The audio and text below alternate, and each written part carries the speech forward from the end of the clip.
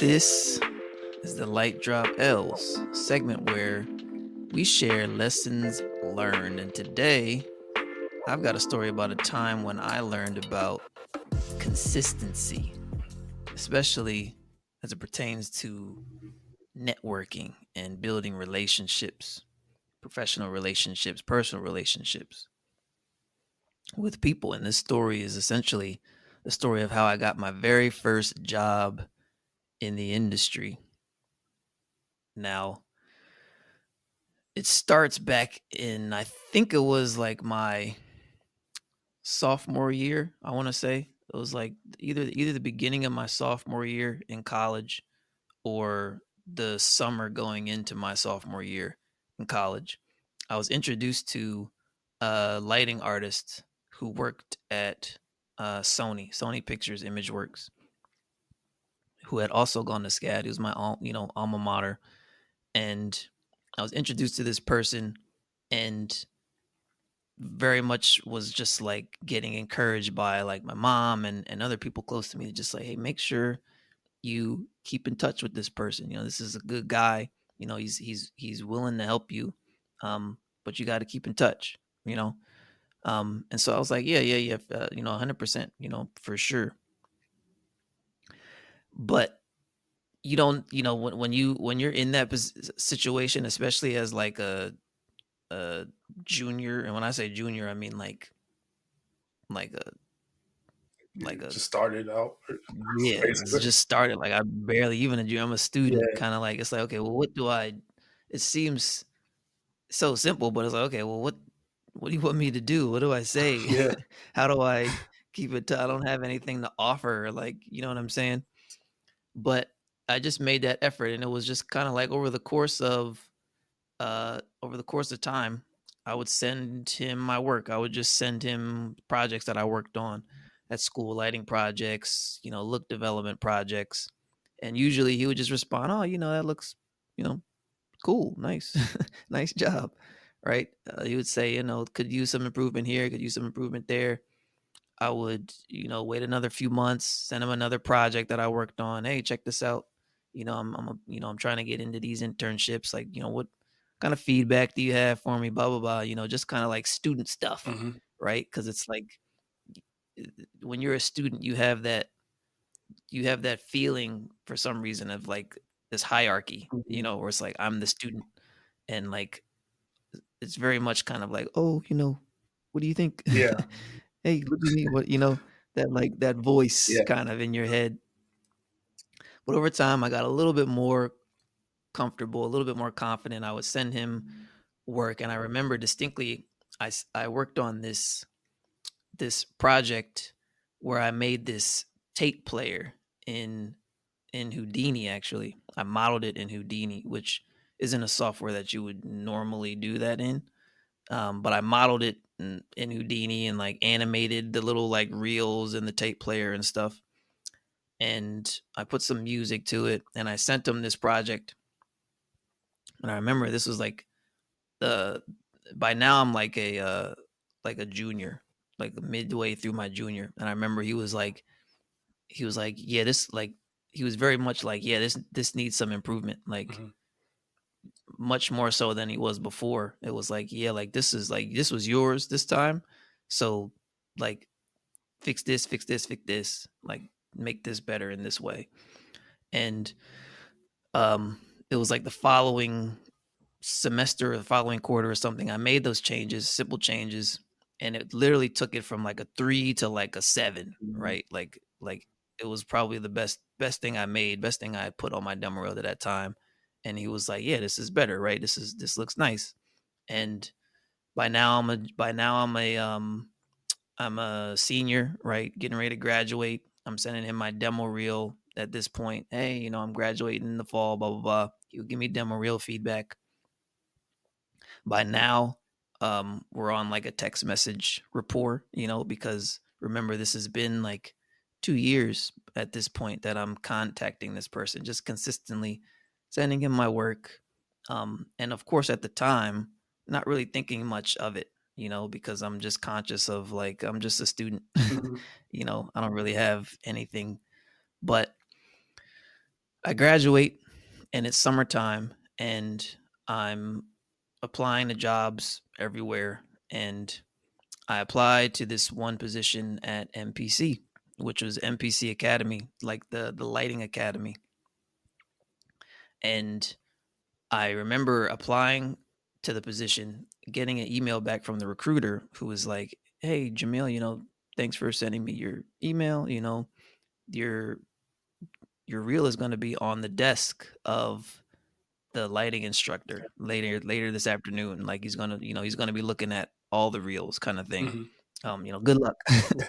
kind of thing." And so I did some sleuthing because he didn't tell me who the person was. He just told me that it was going to be on their desk. So I did some sleuthing on LinkedIn, just search like lighting instructor, MPC kind of thing, just tried to see who I could find. And I ended up finding who I thought it was. And I saw that the person that I had been in touch with over the last several years, they were connected with each other on LinkedIn, Hmm. which I knew didn't necessarily mean much because, industry is small. A lot of people are connected with a lot of people. So um, I figured I'd still ask. So I texted him. I said, "Hey, I applied to NPC Academy. They told me that my reel is going to be on the desk of this person. I'm pretty sure who's the lighting instructor. I see on LinkedIn that you're connected with this person. Like, do you actually know who this is? Blah blah blah blah." And I remember where I was. I was sitting on my bed, and it was like the middle of the afternoon. I'm texting him, and he responds back. He was just like, "LOL. Yeah, I know him. That's my guy." Like we're in the same fantasy football Oh league man, that's together. surprising. If you're in the same league, So I was, it's done. yeah. So I was like, "Put me on." Come on.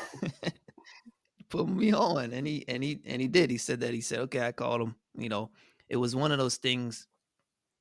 Obviously, I think the rest of the story goes without saying. It was like, I interviewed with this person. It was very much about that relationship. But it was just interesting because that was the first time I really experienced um like the importance of just kind of like being consistent and being consistent without expectations. Yeah. You know, Yeah. it's like it's like I wasn't necessarily looking for anything from this person the whole time I was talking with him. Even when I asked him then, I didn't necessarily ask him for anything. I just asked him if he knew who it was. Hmm. And based on our interaction, it was just like, "I got you." Yeah. Like say no more kind of thing. Yeah. And so yeah, that was my first time experiencing like um just that consistency in in doing things without expecting anything in return can be it is always beneficial, you know? Yeah. Yeah. I love that because we kind of forget how easy it is to contact people or access people now. It's like, you don't have to um like go and knock on everybody's door. You can just message them. And I like that you said it's kind of like a good place to be a student. We kind of forget also that when you're a student, you can approach people and then they're more willing to help you just because they're like, you most likely have nothing to gain. If you're working, you're not working at a level that, you're going to like disrupt the industry. You're just trying to learn how to do this and this better. And We've all been there yeah, before. everyone's been there. And I've also learned that like artists are super giving with their information. It's like I don't someone who enjoys the work isn't going to like come for you. They're not going to be like, oh, you shouldn't be working in this industry because you're not at the level that you're supposed to be. Um, so yeah, I don't want you taking my don't job. take my job now. When you graduate in 4 or 5 years or something, Yeah. uh, that reminds me of when I first applied to SCAD. I um, I was also doing some sleuthing, right? And because I didn't know about the school right before I basically applied, and then that's when I went to go visit like Savannah SCAD, and I found out about the school, and then I went on Google, and then I did. the like the special Google search kind of brackets or whatever.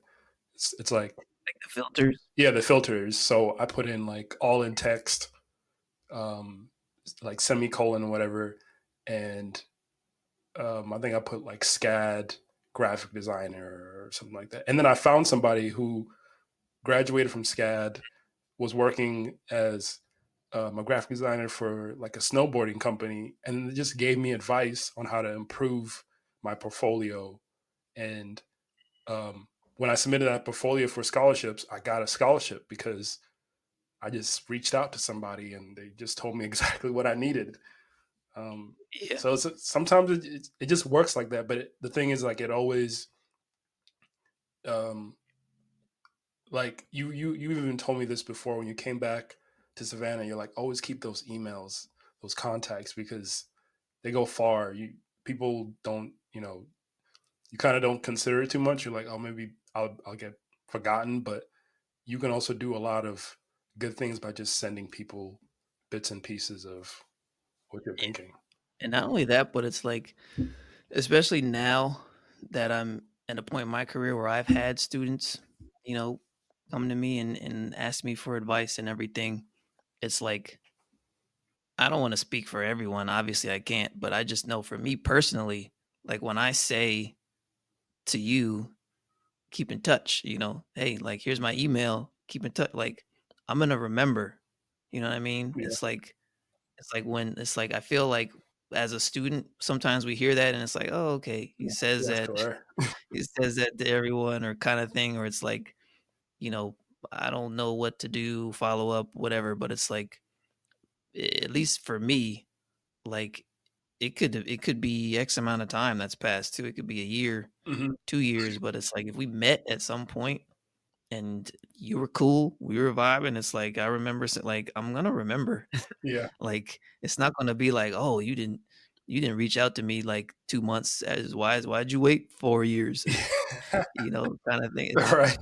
it's like, that's just me, it's Yeah. like, if we were vibing at some point, like, we pick right back up, like, that's just kinda how it works for me Yeah. anyways, so it's like, I just kinda assume the same for other people when I meet them and stuff like that. Exactly. And that thing that you said, like, oh, people will think, oh, it's weird that I'm emailing them, or they'll never respond to me.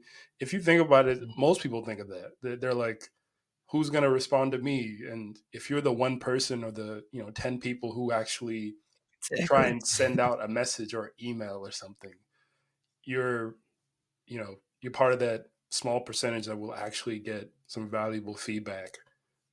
Instead of kind of waiting Exactly. for like something to happen on LinkedIn, you can just send an email and Yeah. yeah, people will And send it respond. with confidence Yeah. too, because it's like I remember I saw someone on LinkedIn recently who I follow, was like a pretty big, has a lot of followers, big podcasts and stuff.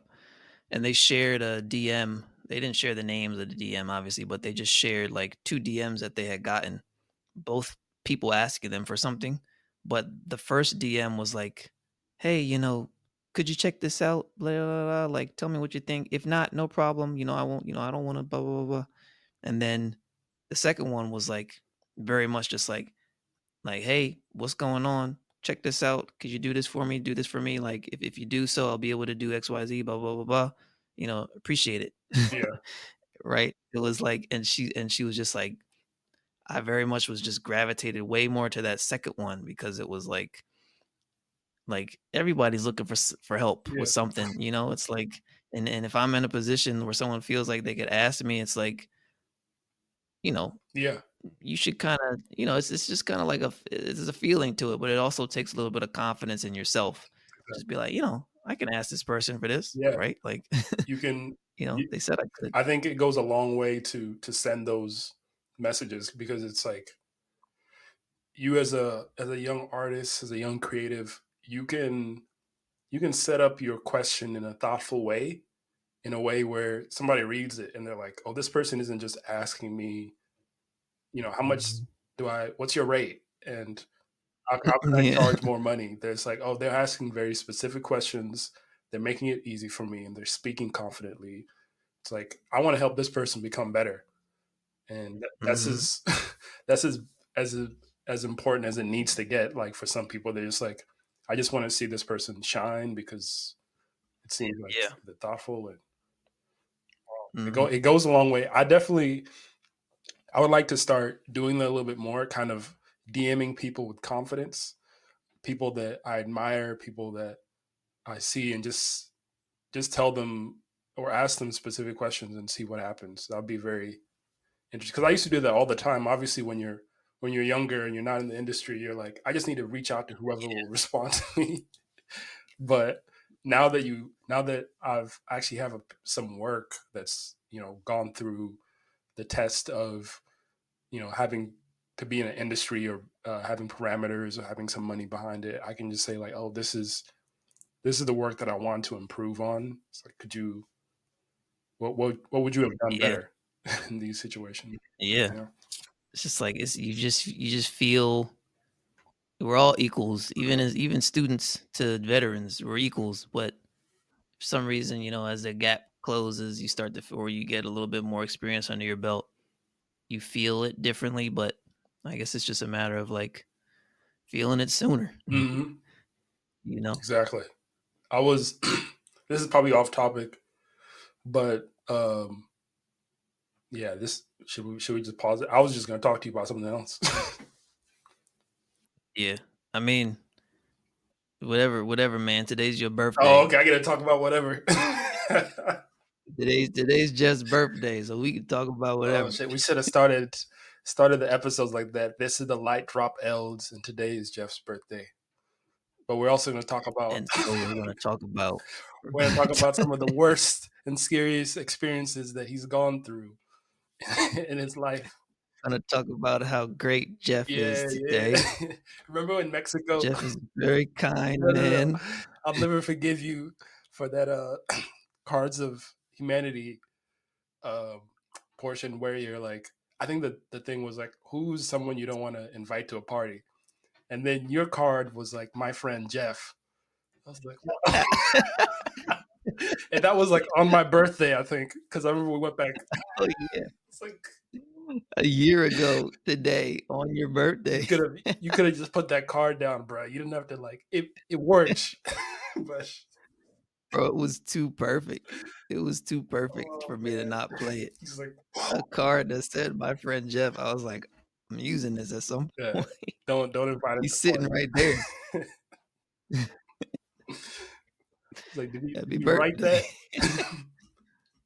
um, but nah. Okay, so what I wanted to talk about real quick was from this episode I listened to on the Creative Collective Ash Thorpe podcast, and one of the artists that he was interviewing worked on The Creator, and it was this, I forgot his name, but he talked about this concept of the creative well.